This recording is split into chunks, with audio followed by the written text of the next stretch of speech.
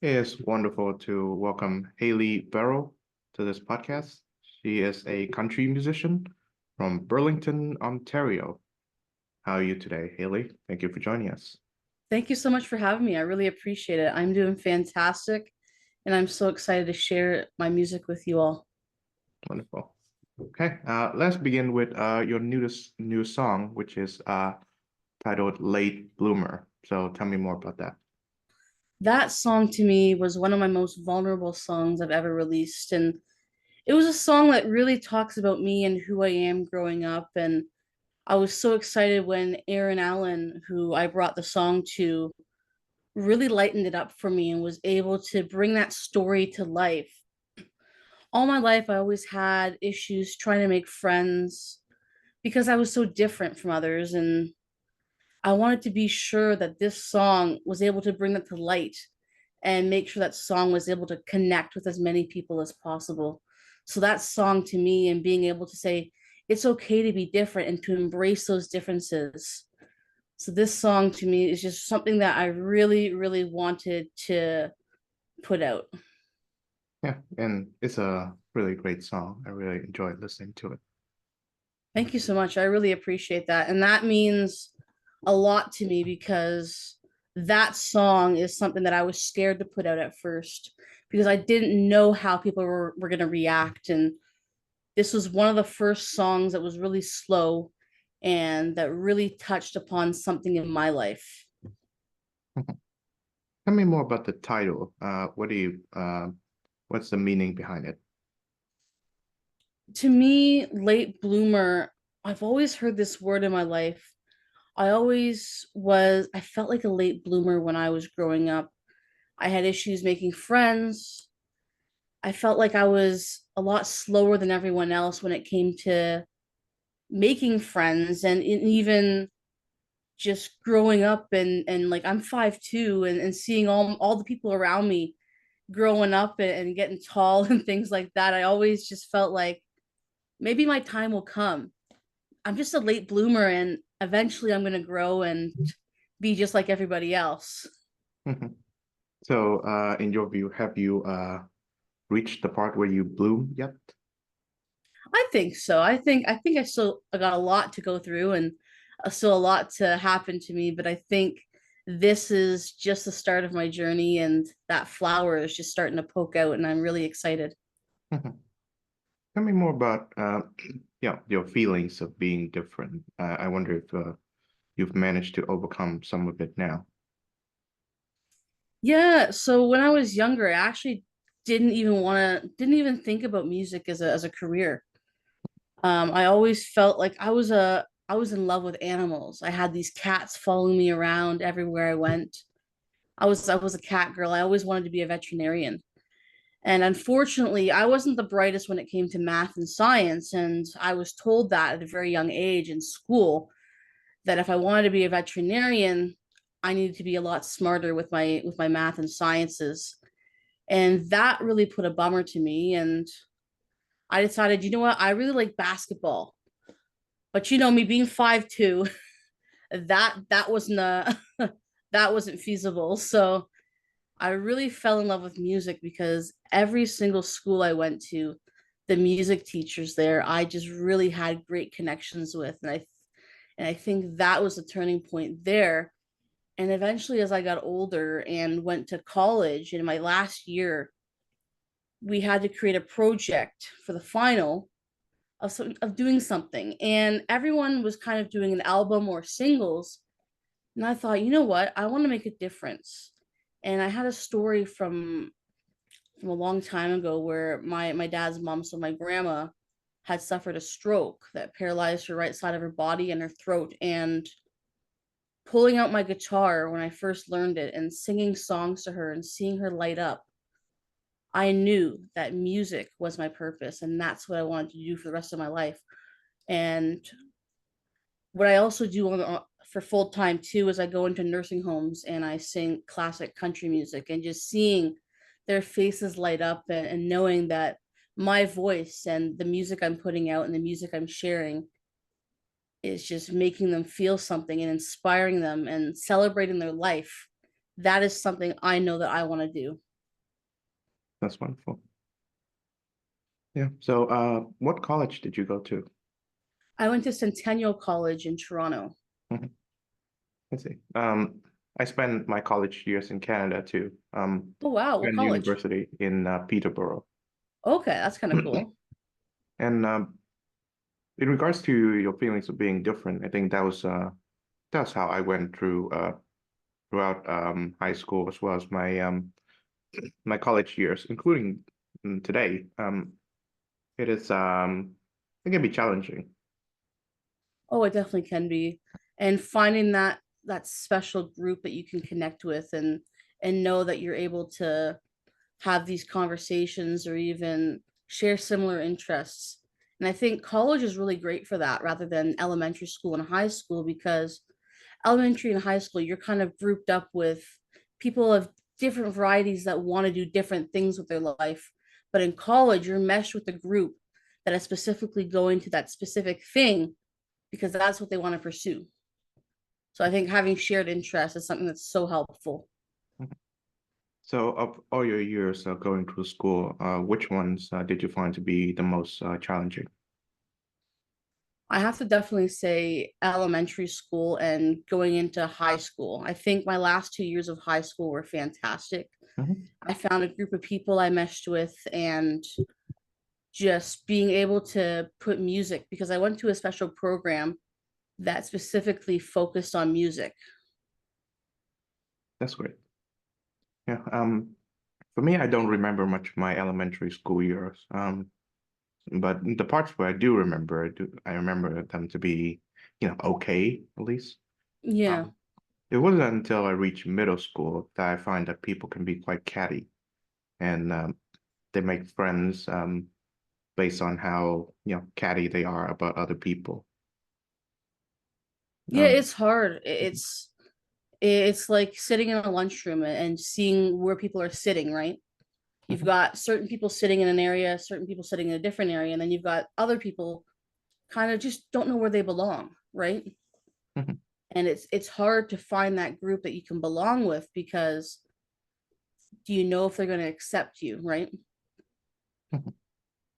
Do you remember a particular memory in which you find yourself being rejected by like someone or a group of people that you want to hang out with? It's tough because I don't remember fully the years back then, but I know that throughout my entire elementary school, I was only ever invited to one birthday, Mhm. so it was tough. Yeah. One birthday, that's all I remember, and I'm so thankful for him. And I've actually been watching what he's been doing, and he's been doing fantastic. And I'm happy that you know what, and I don't. It's kind of tough to say, but I'm kind of glad I experienced what I experienced back then, because I don't believe if I didn't experience that stuff that I would be the person who I am today, and being able to share these stories Mhm. and being able to connect even with you as well. I'm sure that you're probably thankful for some of the things that happened back then, because it made you the person you are today, right? I'm working towards that. Yeah, There are still memories that I find to be quite painful to yeah, grapple with.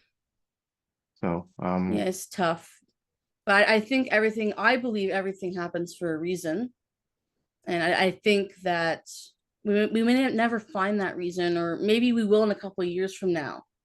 But I think whenever you find that reason, that everything that's happened to you happened for a reason, mhm. that's when you start to look up and say, you know what?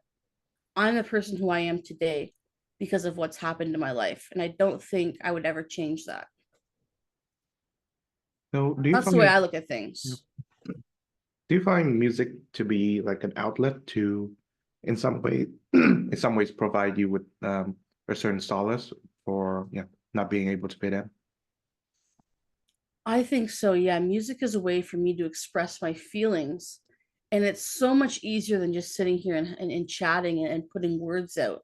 I think being able to sing and put music towards something touches people even more, because it's just so catchy, and being able to put melodies and certain ways to say things in a song is so much more touching. And it's so much easier to say when you listen to a song, like a sad song, like a slow song, and you're closing your eyes and you're really listening to the lyrics.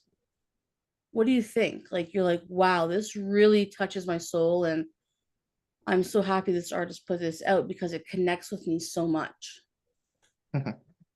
I And suppose. that's my goal as Yeah. an artist, is to have someone Yeah. being able to just close their eyes, listen to my music, and be like, wow, this connects with me so much. And I'm really happy that this artist put this out because this means a lot to me.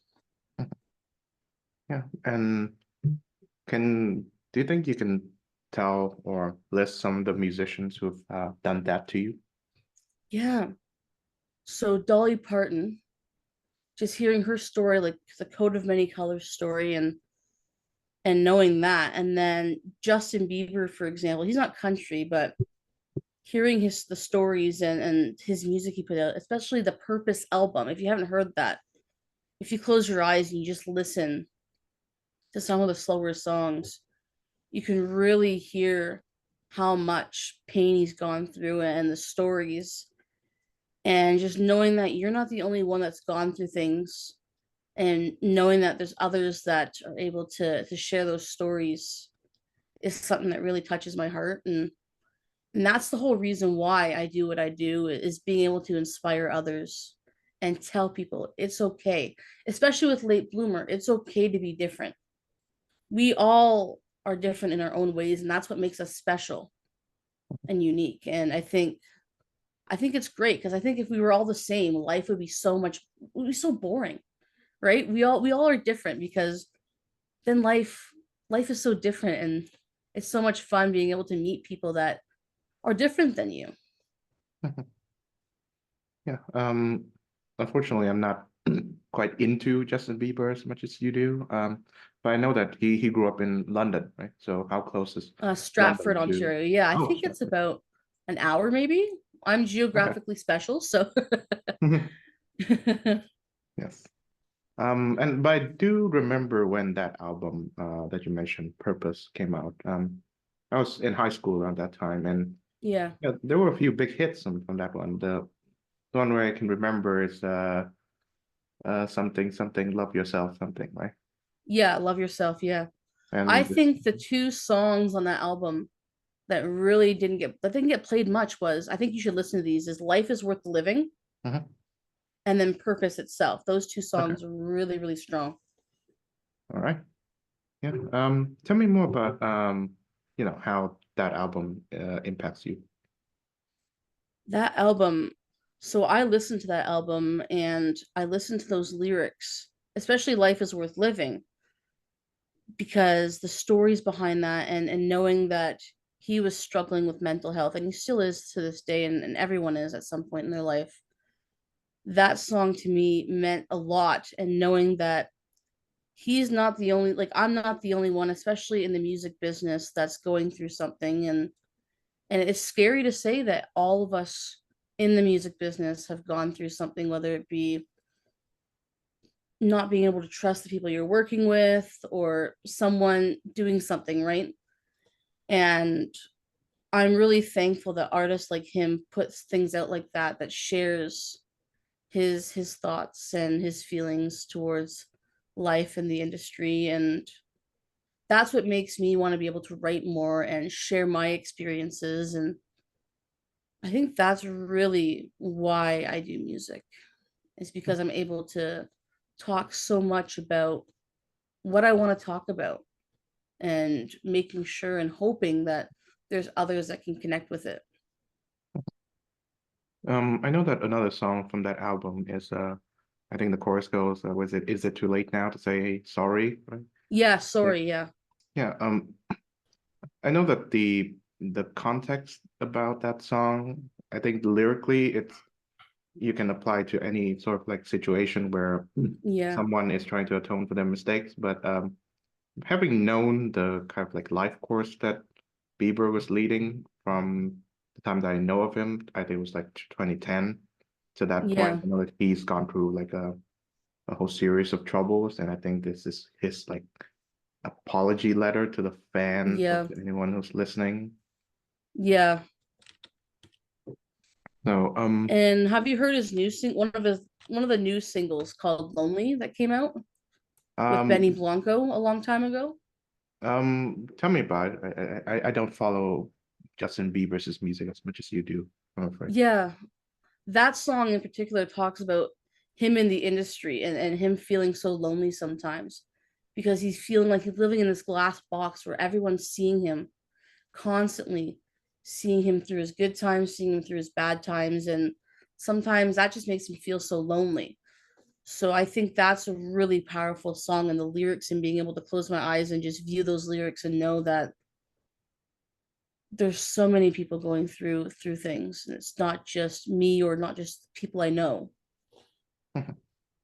Yeah, it's a special kind of lonely when you're of his level of fame because on one hand everyone talks about you, but on the other you can't really talk to anybody. I think you've touched that point really well. I think that's so true because you don't know who to trust, right? And you don't know who's listening. When you're this big, the paparazzi's following you and they're not giving you that space or that or being able to chat with anyone without knowing, are you listening? Is someone behind me, right?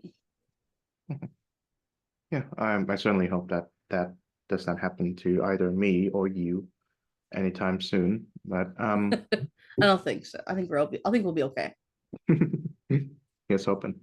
But in regards to, mental health troubles and trust issues, I'm sure those are the big themes that you can relate to when you hear the singer from Stratford. Yeah, those are definitely things that you can learn, especially just throughout your entire life and knowing that there's good and there's bad people around you. And I think mental health, especially after the pandemic, that really affected so many people. And I know of a lot of people that went through so much, and the hurt and the pain that the pandemic brought lowered everyone's kind of mental health a lot. Yes, of course. For me at least, the worst is that I'm already someone who doesn't socialize very well. Yeah, I know that I'm talking to someone like you right now, and then I host a podcast where I routinely talk to people, but those conversations require preparation. Oh no, And exactly. even that, I still have to expect that certain unexpected situations can happen.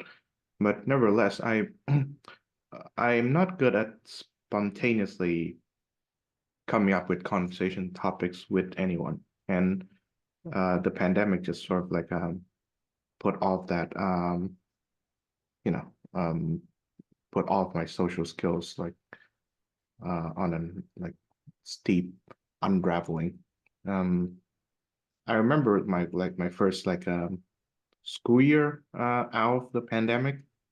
That was like only last year, and I was pretty terrible. I think people and also people were quite unforgiving in regards to my lack of social skills.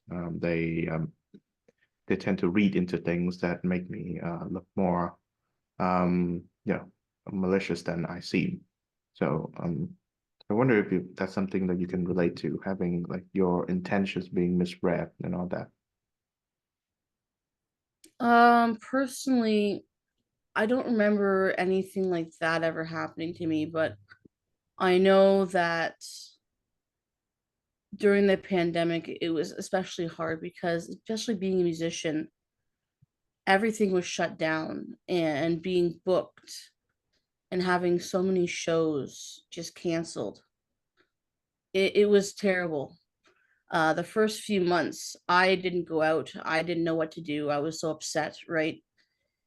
And finally, seeing people online and using social media, I found ways to use social media, and I worked really hard on building my social platform and putting live shows on. It's a lot different doing it virtual than it is live, as you know, because the social interaction. And it was just, I'm happy now looking in the future because of all the things that I've done now that have led up from the pandemic. Because it wasn't just me that was going through it. It was a whole shutdown of everyone. So we were all going through it, and knowing that we were able to have that little pause, especially us musicians, taking that time to focus on us, not just performing live, but focus on social media, songwriting, using Zoom songwriting. So I was able to write with people that were not in this country, not in Canada, right? That I couldn't drive to. So I'm thankful for that. But it also sucked because I had so many live shows that I was looking forward to. But I don't think I've ever had any of my intentions come off as malicious.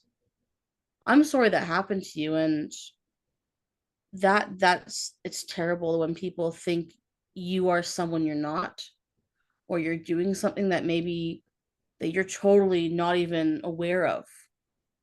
And I don't think it's fair that people can treat others like that, and without knowing fully and not talking to you or understanding what's going on. Yes, yes, that's how I feel, and I appreciate you saying that. No, and it's terrible because right now you seem like a really nice person, and I'm really happy that we're having this chat. And it sucks that people who don't get to know you or don't take the time to understand who you are judge a book by its cover, right? Yes. Um, and I've had that situation going like even now. For example, I don't have any friends in the current university that I go to, or I think I have like one or two, but none of them are in my classes. So it's that. But enough about me.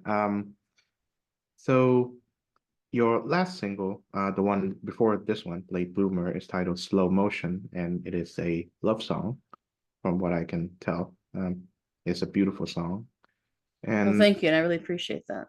I wonder, do the trust issues that you and I have talked about migrate itself into the romance department, from your experience as well as from the process of writing this song? So this song in particular, it just talks about taking those moments in life, moments that like your first moments, like your first car, your first love, like those lyrics, and just taking a pause. Like, why rush through the great parts of life, the good parts, like those types of things?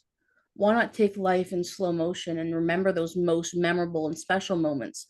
Because we've all had bad moments in our life, and I feel that most of us, those bad moments weigh so heavily in our heads that that's all we can think about. And going through those experiences, but also going through the great experiences in life, my thoughts are, why not think about those greater experiences and take those and let them fill my mind? Take those moments and put them in slow motion and make sure to remember those, because that's what's going to push my future, is the good and happy moments. Because everything that's happened in the past is in the past, and you can't change that, right?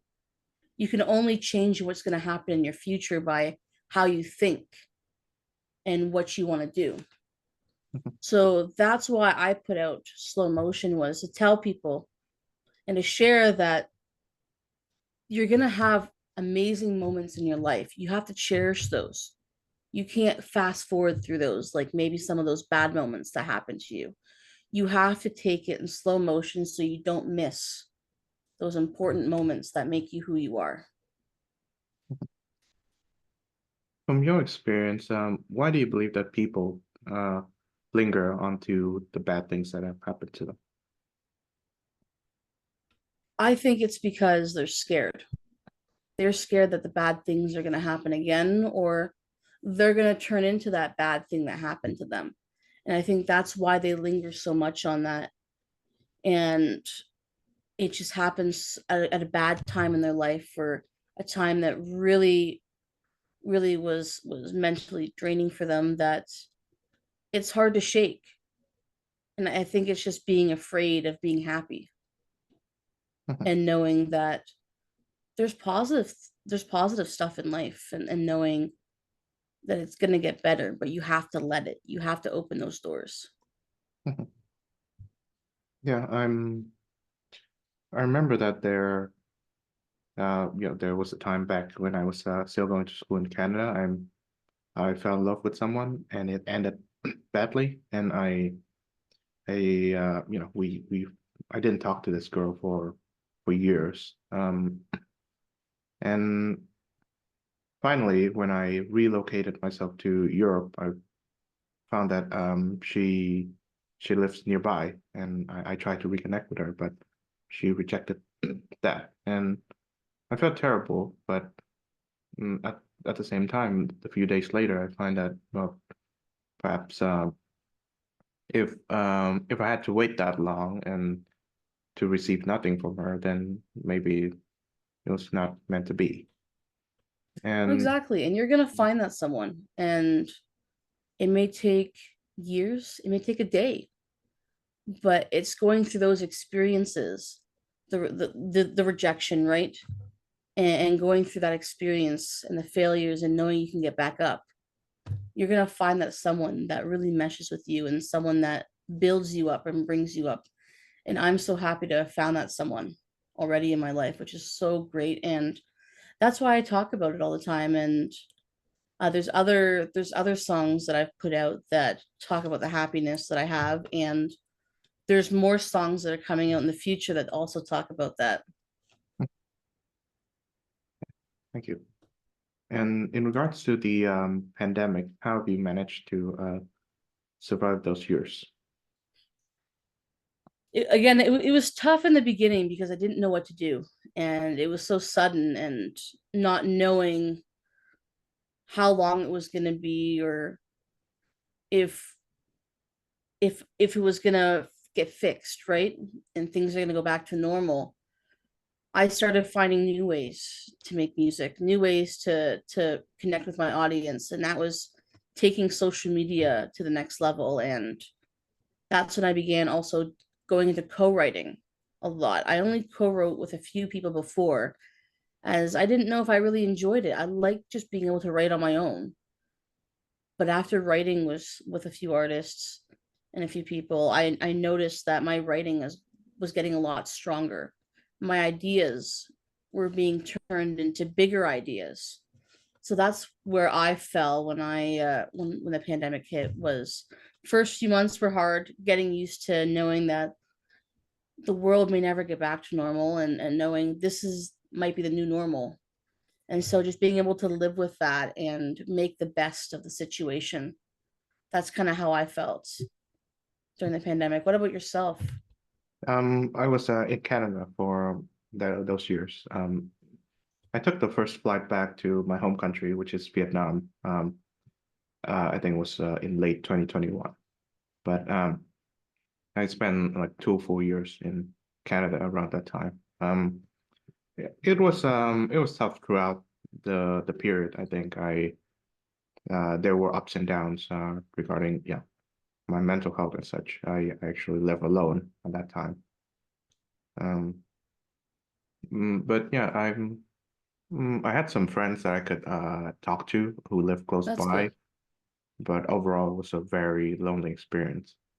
But at the same time, it sort of gave me the impulse to start this show. So it started as a radio show, but after the pandemic, I could not come to the studio. But I can continue by recording episodes at home. So I started to develop it into what we're doing right now. And that's fantastic. And I'm happy that happened for you. And again, that's why I believe everything happens for a reason. If that didn't happen, maybe this show wouldn't have been a thing, right? Mhm. Like being able to do it over Zoom like this. So Yeah, I'm glad, and I wouldn't have been able to meet you like this. So I'm happy that things happened like they happened, and we're able to do these types of things now. it's of course me as well. So tell me about your experience working in the music business. there's a lot of ups and downs in doing any kind of work, especially in the music business, not knowing who to trust or not knowing who to put your money to, right?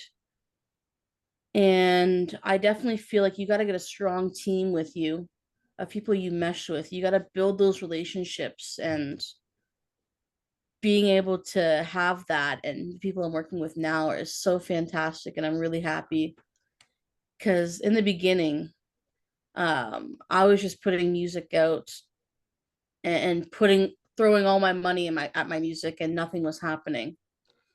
But now I'm realizing I need to put out music that I really enjoy that touches so many people, but I don't need to throw money away like I don't know what I'm doing, right?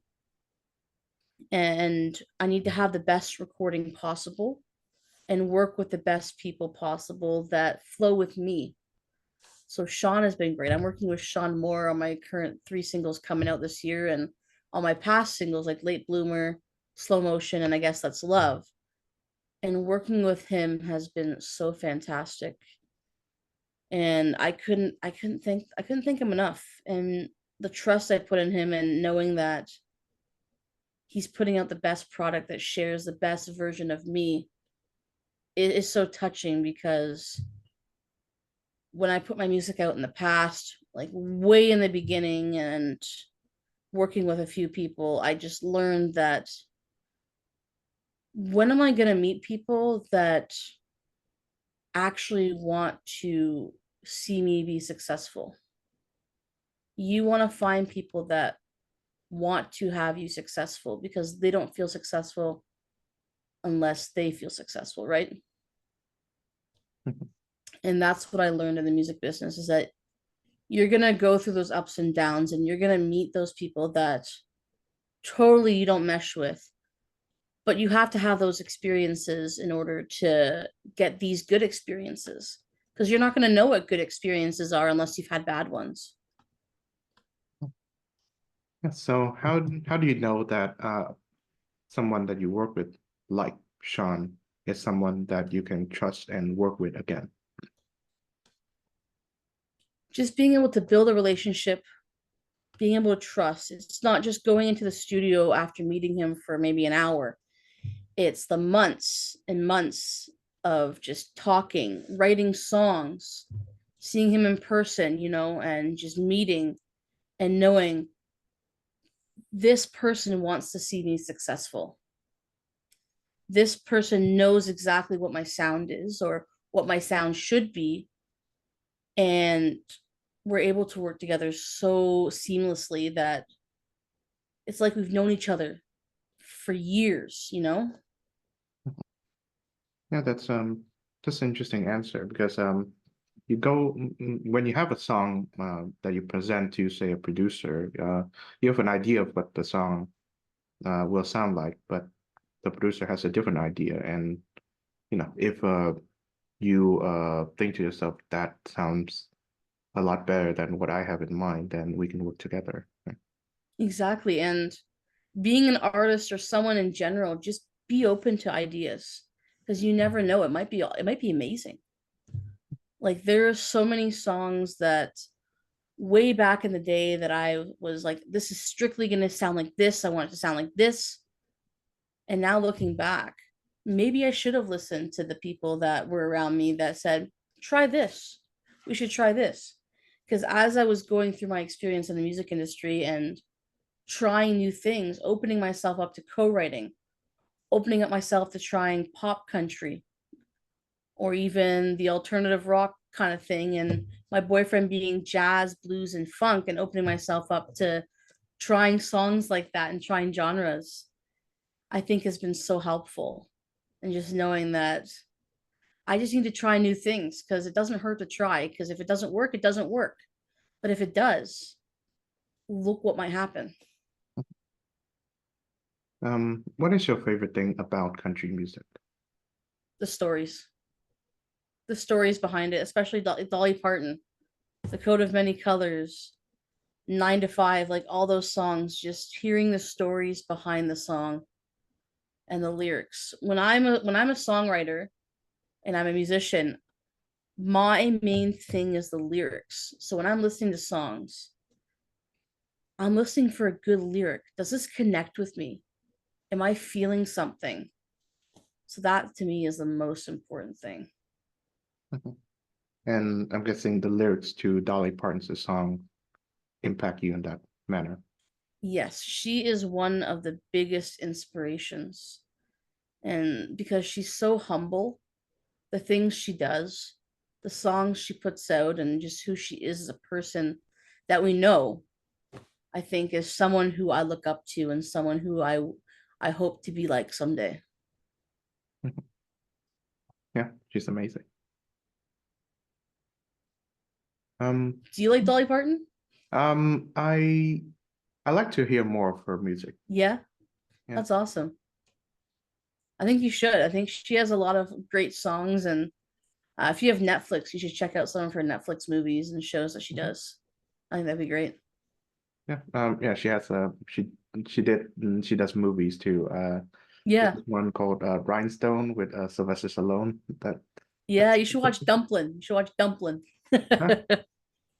Yeah, Dumplin's I a know great about one. that one. Yeah, I think it's about Dolly Parton rather than it stars Dolly Parton, right? I believe so. Yes. Okay. Yeah. And yeah, Rhinestone with Sylvester Stallone. That's a movie you should watch. Oh, I gotta watch that now. So, tell me about growing up in Burlington, Ontario. Growing up in Burlington, I gotta tell you, it's changed a lot since I was younger. Mhm. I used to be an outside person, constantly going outside and not coming in till the street lights came on, and I was getting yelled at to come in because it was getting dark. And I always had cats following me. I was the cat magnet, as we call it, and I honestly loved it. I made great kitty friends and had a bunch of people outdoors that I would bike with, play like the Nintendo DS with, and I think growing up, having that childhood and having the cats follow me, and then having the unwavering support from Burlington now as a musician is fantastic. I've been inducted into the Burlington Performing Arts Center Hall of Fame. I've won Burlington Arts Person of the Year, and having the city back behind me is, I think, is really fantastic. And I'm so thankful and I'm excited because I have a song that's specifically about this city that in the next coming years I have so much that I want to do with it, and I want to put it out. So I grew up in Hanoi, Vietnam, which is a huge Okay. city. Um, so I don't tend to go out at night unless I have to, like whether I have like say evening classes or whatever. But yeah, I've always thought that the city that I grew up in is way too loud. There are like traffic noises everywhere. And and because I had trouble finding friends and such, I discovered that there are certain things that you could do like without company, and I gravitated towards that like wholeheartedly. And I think it was movies that I began that first like captured my attention. I still watch movies these days, but That's good. because yeah, back then I had lots more free time. I watch a lot more movies. I know a lot of movies. Uh, yes, so maybe that's the reason why I could tell you that there's a movie with Sylvester Stallone and Dolly Parton, and it's named Rhinestone. That's great. What's your favorite movie though? Um, it changes, right? There, Okay. I used to really like these like really serious dramatic films. It still I still seek them out every now and then, but as life goes on and I find out sometimes it can be overwhelming. I think comedy movies Oh, I love comedy. become like a part of my diet, and also movies that are like really bad, but it's like bad in a funny sort of way. So Okay, they're like the production is really like bad, but it's really funny. yeah, Like and it's like entertaining. that's great. Unfortunately, that Rhinestone movie is one of it, but you have to Okay. watch to find that out. I'm gonna look that Um, up after. yeah, Sylvester Stallone did a lot of like really like schlocky movies Yeah. in his days, and yeah, that was one of that. Um, yeah, movies that are entertaining, but it's not good. Like you wouldn't recommend it unless you know that the other person enjoys bad movies too. So those are That's the great. kinds of movies that I I gravitate towards these days. Well, that's awesome. Yeah, That's good to know. Because I I know there was a really funny musical that my boyfriend and I watched. It was a Christmas one, and it was just so bad that it was so funny. and the name of it being I think it was something to do with Shrek on Netflix. It was Shrek something to the do with Shrek. Christmas musical, Yeah, I think so. It was like Shrek Shrek the the Christmas Hall. movie or something. Yeah, Shrek the Halls. Oh no, It was so bad, that's but a it was so wild guess. funny. That's a It wild was so guess. great. Oh, no, Have you seen it? no, I that's like a wild guess for me because deck the halls. Just thought of that's the first like Okay, yeah, I think that's what it was pun. called. I think. Like like I was secretly hoping that it wasn't named that way, but Now you gotta make me look it up because I want to make sure that it's the right thing. Shrek the Halls. Oh my God, it is. It is. It was just so bad that it was so good. yeah, Like we found it hilarious. yeah. However bad it may be, it won't be as bad as the Star Wars Christmas special. Yeah, I that have no idea. I haven't seen that one. yeah that one was a nightmare. It's kind of musical in that it has musical numbers, but the production cost is really low, and it stars some of the like original members of the first movie. The Mark Hamill and Harrison Ford and Chewbacca in it. And I think George Lucas was involved in it Okay. too. And to this day, he doesn't want anybody to see it. So I don't blame them. that is something you can reserve for Christmas. My favorite Christmas series though has to be Home Alone, hands down. Home Alone. The series, like as in all the Yes. movies. Yes. Mhm. What's your favorite Christmas movie besides the really bad ones that are so good? That's difficult. Well, it'll come to me later, but it's not my favorite genre, the Christmas movie. No? Okay. No, I don't think so. Well, it's because you can't watch Christmas movies all year long. I feel Yeah. like you can only watch Christmas movies when it's the Christmas season. Mhm. Same as Christmas music. I don't listen to Christmas music until it's Christmas season. Mhm. I do remember watching Life of Brian during Christmas, Yeah? and that is like my favorite like Christmas and Easter movie. So I guess that would be my answer for now. Well, that's awesome. I love that. Mhm. So music is like something that I discovered like after movies. I realized that I don't like watching movies on the go. You know how people have these small devices that they watch Netflix with? Like the cell phones and things like that. Yes. Yeah. That's not me. I prefer to watch it in front of a screen. So Well, yeah. And so you can listen to it on speakers and not have to worry is someone watching it over my shoulder. that too, yes. So I got really into music. As a listener, I'm hopeless at playing instruments, unfortunately. Hey, you know what? I think you're probably the best at playing the radio. Yeah, yeah. That's how I came to host my radio show. I think it started out as a vehicle for me to tell people about my music taste because the thing is, when I talk to people, they are not as receptive because eventually I gravitate towards music that not many people listen to. Like what? Now I'm Um, interested. okay. Recently I got myself into a South African jazz trumpeter, Hugh Ooh, okay. Masekela. he's really famous back in the day, and he he's revered in the country that he's from, South Africa. That's kind of cool. So that's one example. Of course, I still listen to like the great rock and roll classics every now and then. But one thing that I never do is to actively seek out something that's popular right now just because it's popular. Yeah, I think that's cool. And I think even though an artist may be popular, I really gravitate towards there's songs on an album that aren't the most popular, like Justin Bieber, for example, Life is Worth Living, or even Purpose.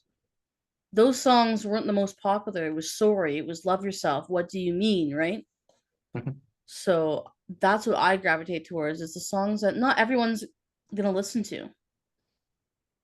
Yeah. That's what I love. Mhm. Um, Tell me more about the music scene that you have in Burlington.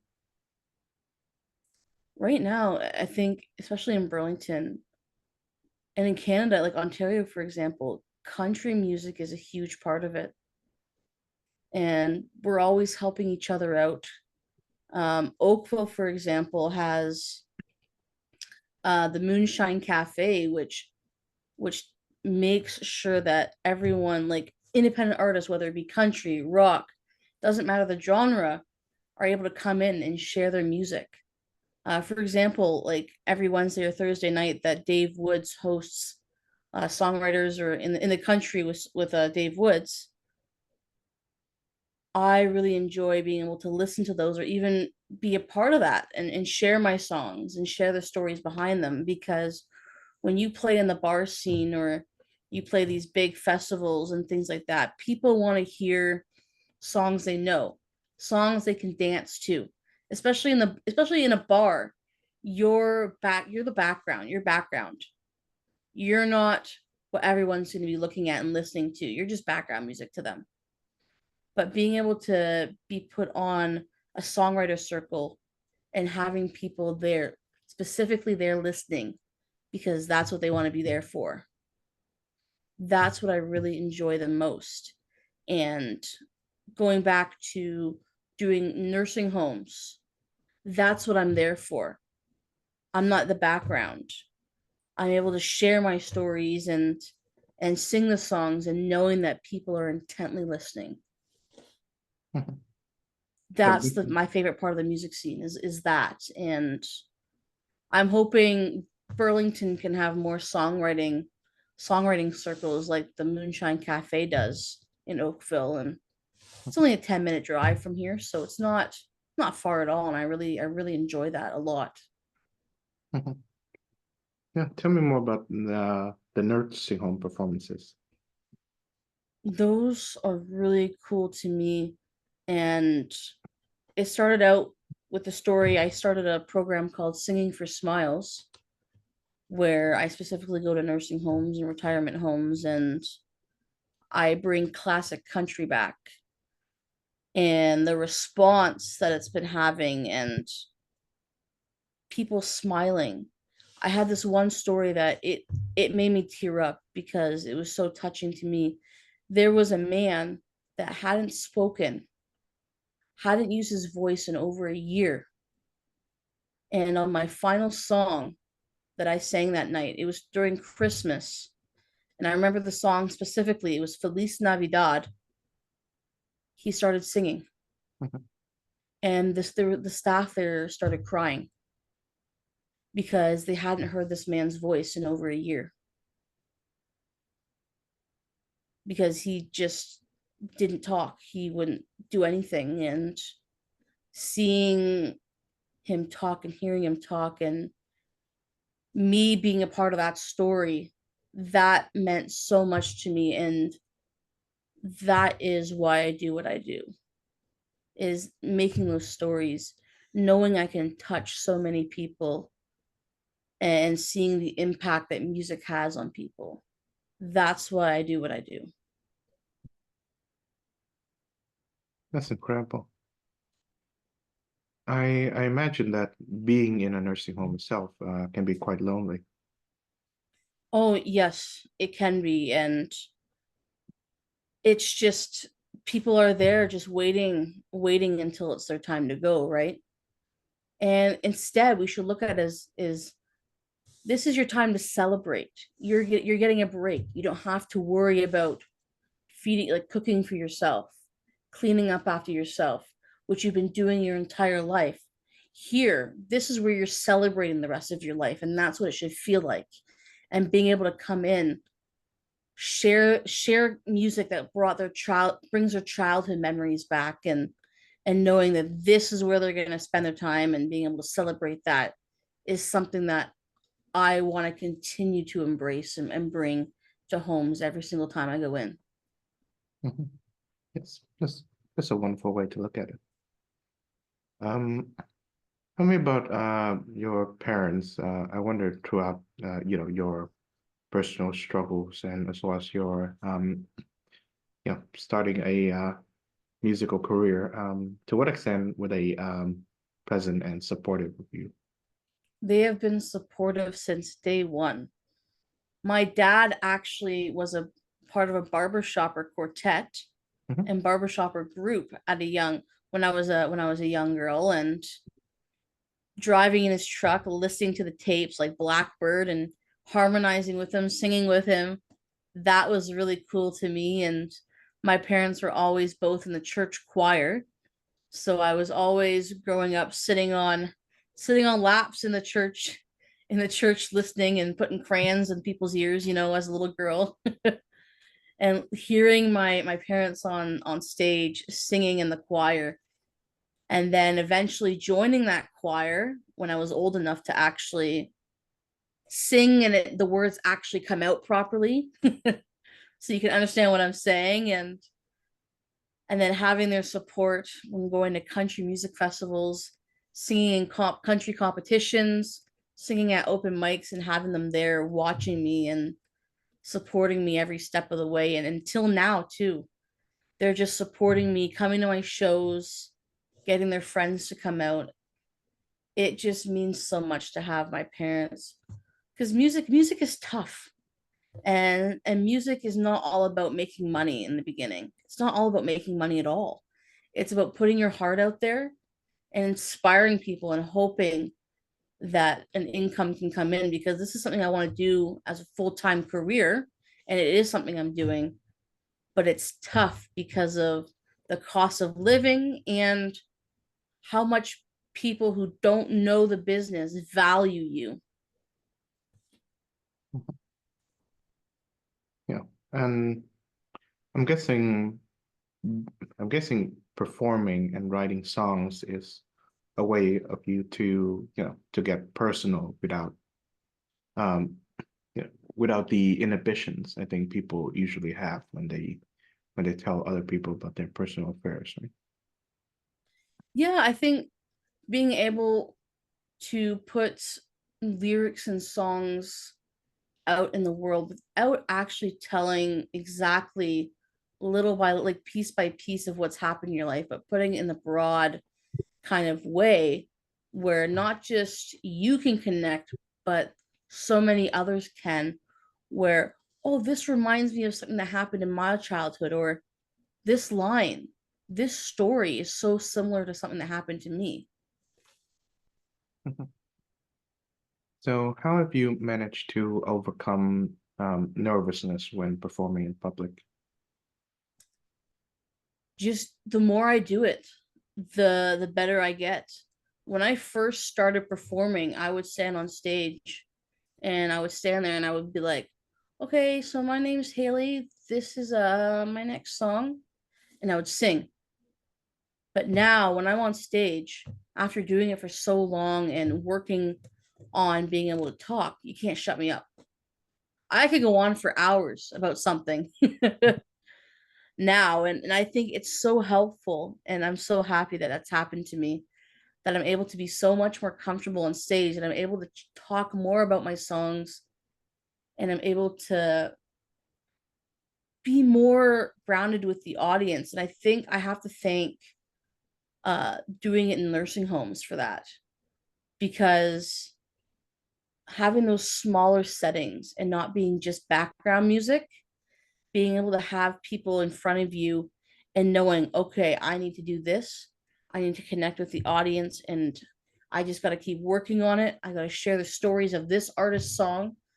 Like, for example, when I do Jolene or Keith Whitley's tune, I have to share that story and share why I'm doing my program called Singing for Smiles, and share that story of how it came to be. So knowing that I have to talk and I have to get through it, the more I did it, the more comfortable I got with it. Yes. Tell me about some of the upcoming songs that you have. The upcoming songs that I have, Yeah. well, I can't share too much about them, but if you've been to some of my live shows, you've probably heard some of them being performed live, and I am really, really excited for what's going to be happening this year. And I just finished recording and laying down bed tracks last week for these tunes, and what they are so far before vocals and before they're mixed and mastered. I am really excited to put them out. And there's one song in particular, I'm not going to share it yet, but I think it's so different from what I've put out before, and it's so fun that I'm really, really, really excited. And for those of you listening who haven't followed me yet, I think when this song gets put out, if you like to dance, you like to party, you like to have a good time, I think this song is going to be that for you. Mhm. Yeah, I imagine that by the time this episode hits the public, one or more of the songs will have come out. Oh, I hope so. I'm really excited. Yeah. So final question, Haley. What does music mean to you? Music means everything to me. Music is my life, it's my purpose, and it's something I'm never going to stop. Even if I can't do it full time anymore, even if something happens, music will always be a part of my life, and I am so thankful for it. I think it's just something none of us can get rid of. That's wonderful. Thank you very much, Haley Verrall, for joining the show. Thank you so much for having me. I really appreciate it.